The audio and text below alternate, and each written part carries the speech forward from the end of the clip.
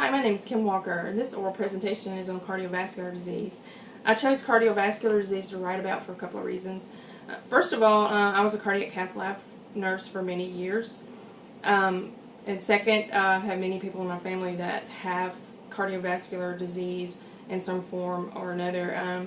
First of all, my husband has high blood pressure and high cholesterol, and has actually had a cardiac angiogram.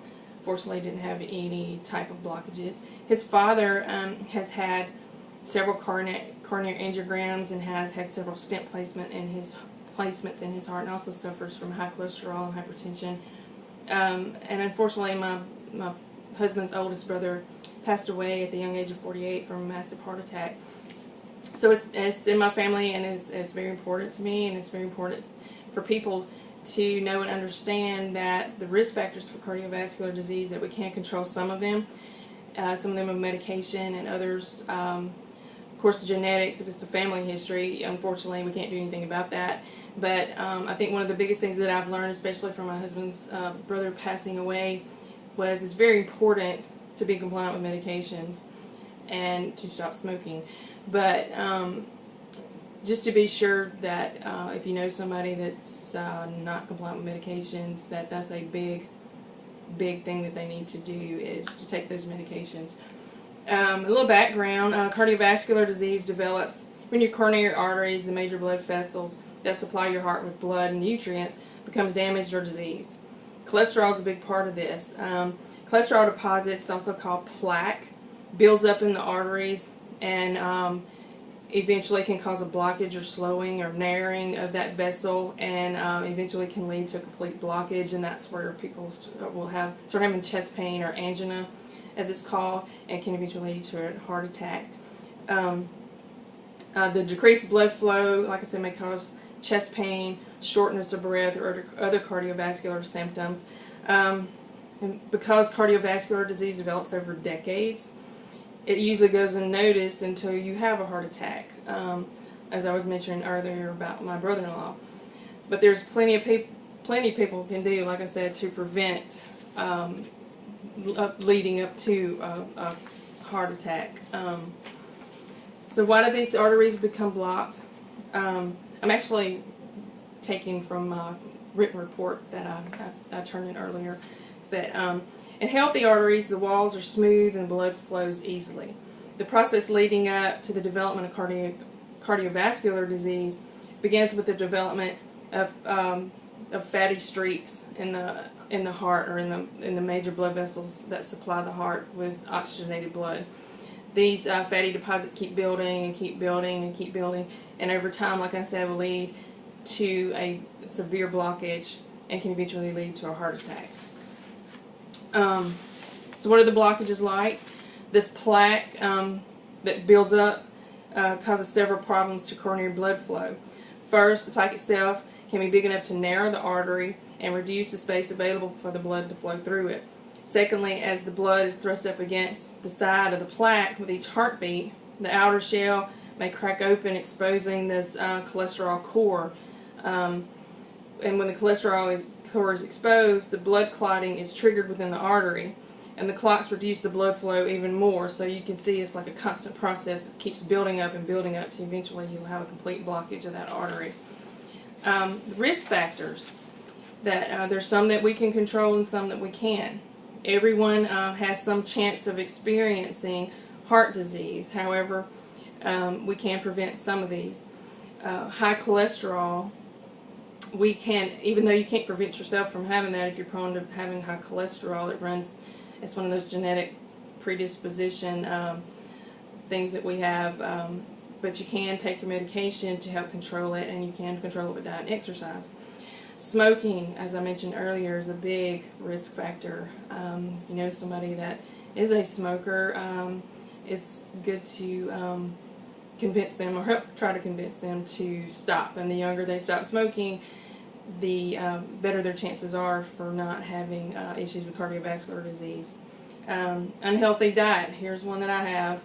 I do love hamburgers and fast food, so this is one that I can control with not eating so much fast food or unhealthy food. So paying attention to our diets is a big part of helping to reduce our risk for cardiovascular disease.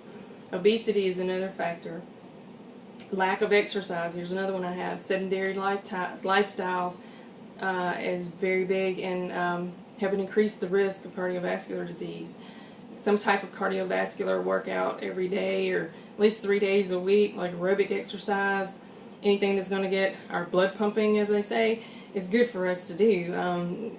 Even if you don't have the family risk factors of cardiovascular disease, it's good to keep in shape, and because the better physical shape we're in, the better physical shape our heart's in as well too. So we have to keep that in mind. Diabetes is another big risk factor for cardiovascular disease, as well as high blood pressure, hypertension, as it's also called. Mental stress is a big part of it too. You know, we all have stress in our lives, and it is an unfortunate part of life, but it's good to help reduce that stress. And with exercise is a good way to help reduce stress. You know, even if you walk 30 minutes a day or something, that could help with that. High levels of certain blood clotting factors is another risk factor. Family history, as I spoke of earlier with my husband's family. Alcohol and coffee. Now, I do love my caffeine in the morning, as many people do, but limiting our intake of caffeine and alcohol would help curb some of the risk for cardiovascular disease as well.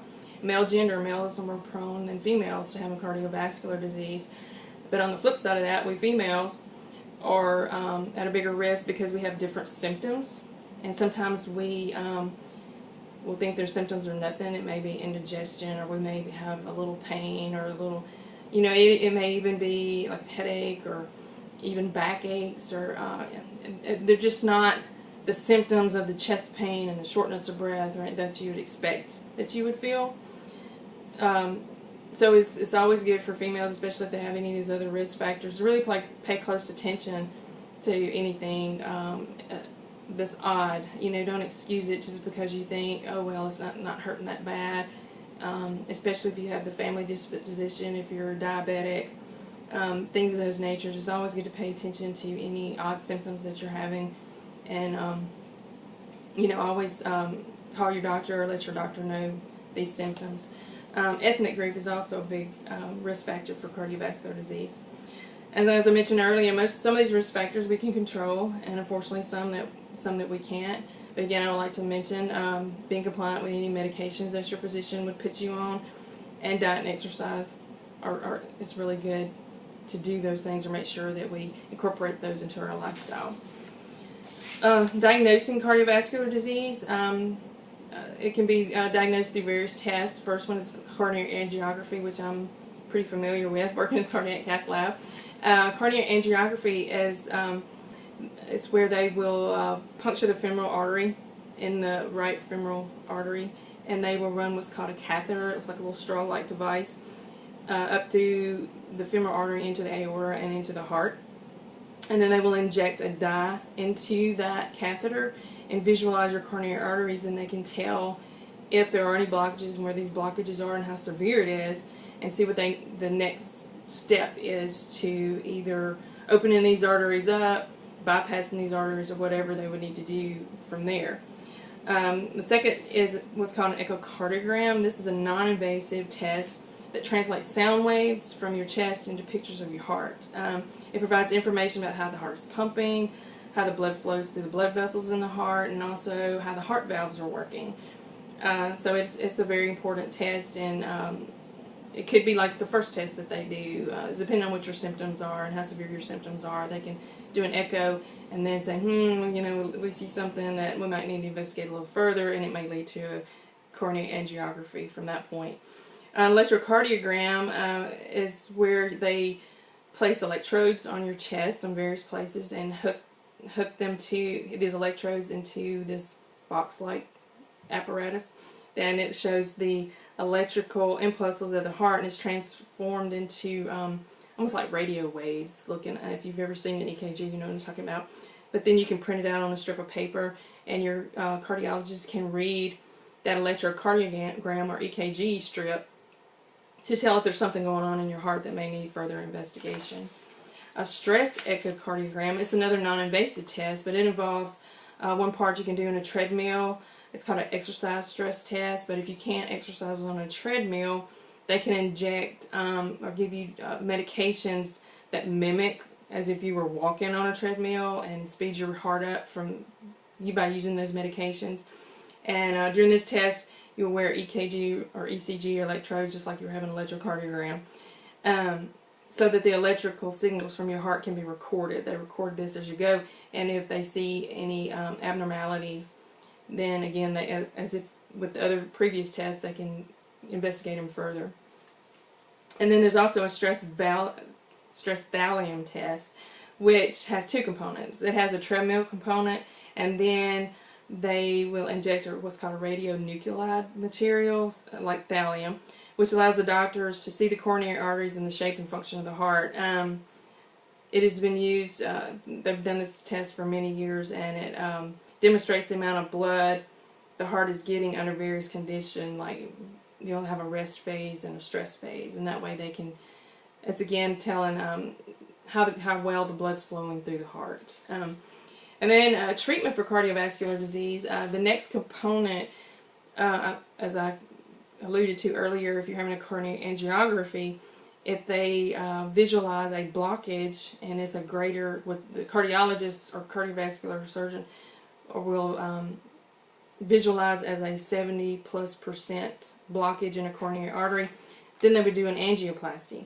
And an angioplasty involves, it's the same type of catheter or the straw-like apparatus I mentioned earlier, but on the end of it we'll have a stent and a balloon. And I tell people that the stent, if you can visualize it this way, it looks like the inside of a pen, the spring part that's in an ink pen. That is, you can visualize the stent from that. That's basically what it looks like. But it's on the end of this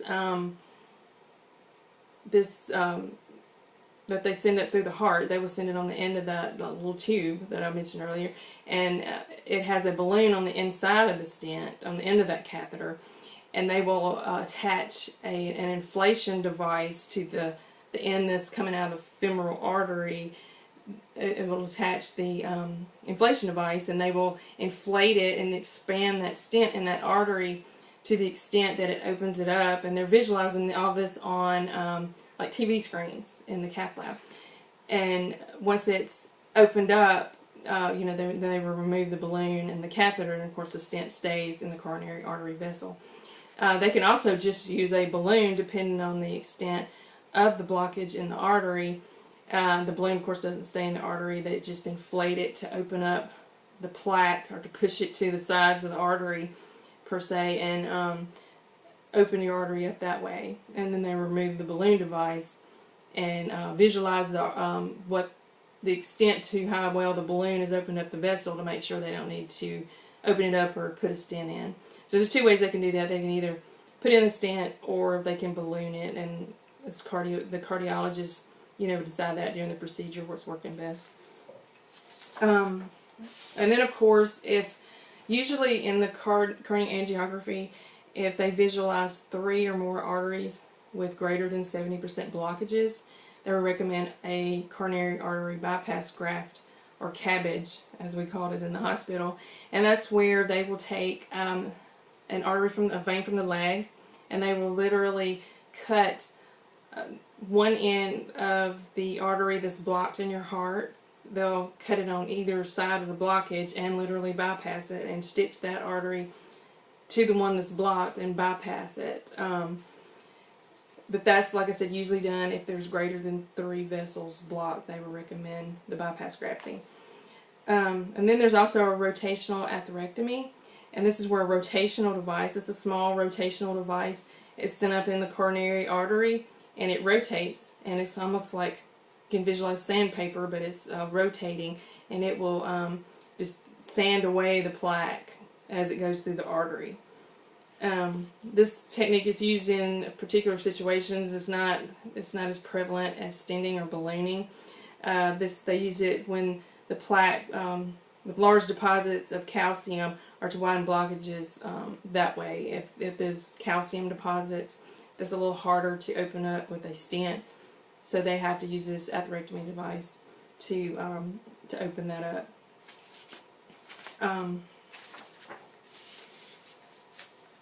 So in conclusion, we've discussed how serious cardiovascular disease is, and you would be hard pressed to find very many people today that don't either have cardiovascular disease, or have someone in their family, or know someone with cardiovascular disease. I found that one of the most important things that I found while doing this research paper is that in large part we can prevent it. As I spoke about earlier, there are several factors that we can control in our lives, like taking our medications, exercising, stopping smoking, limit our alcohol and caffeine intake, eat healthy. These things we can control, and I think it's very important that we learn to do this, and help others. You know, we can educate others if we have someone in our family to help reduce their risk factors as well. And I have a couple of these were included in my paper, but I wanted to show you this one. If you can see, I hope you can. It breaks it down by the different age groups. As you can see, you know, I mentioned earlier about it takes decades for cardiovascular disease to really come forward, or for us to have any symptoms of it. And as you can tell, by the time we're in our 60s to 80s, look how our risk jumps up for a heart attack. It's amazing. See, we start off in our 20s and 30s not taking care of ourselves and smoking, or not limiting our risk factors, and as we age, it's just amazing how our risk for the heart attack, and how many people have actually had heart attacks by that age. And then I also had this photograph of the heart, which has a good picture of the plaque forming in the arteries. As you can see how narrow that is, and that will eventually block off and can lead to a heart attack if they don't go in and open that up. Or it can be treated with medications, and then our cardiologist will just watch that. But if we don't, again, modify our risk factors, this will get predominantly worse, and we'll end up either having the angiography, angioplasty, or both, or if we have it in multiple vessels, it could lead to bypass grafting as well. And that brings me to the conclusion of my presentation. Thank you.